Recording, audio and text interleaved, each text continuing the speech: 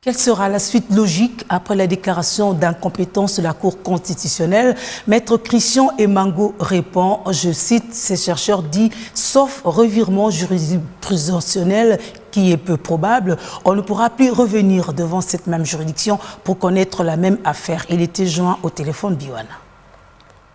De l'affaire après la décision d'incompétence de la Cour constitutionnelle, on ne pourra plus jamais revenir devant cette même juridiction pour qu'elle connaisse encore cette affaire-là, sauf revirement jurisprudentiel, ce qui est vraiment peu probable. C'est-à-dire que les procureurs trouvent d'autres arguments, mais c'est vraiment peu probable de s'attendre à un autre résultat que la Cour puisse se déclarer incompétente une fois de plus. Alors si la Cour constitutionnelle n'est pas compétente, c'est qu'une autre juridiction la serait. Par exemple, la Cour de cassation. Encore faut-il démontrer que même devant la Cour de cassation, une personne qui a commis des faits infractionnels en tant que Premier ministre pourrait maintenant être jugée devant la Cour de cassation pour autant qu'il est sénateur. Donc, en bref, la Cour constitutionnelle se déclare incompétente.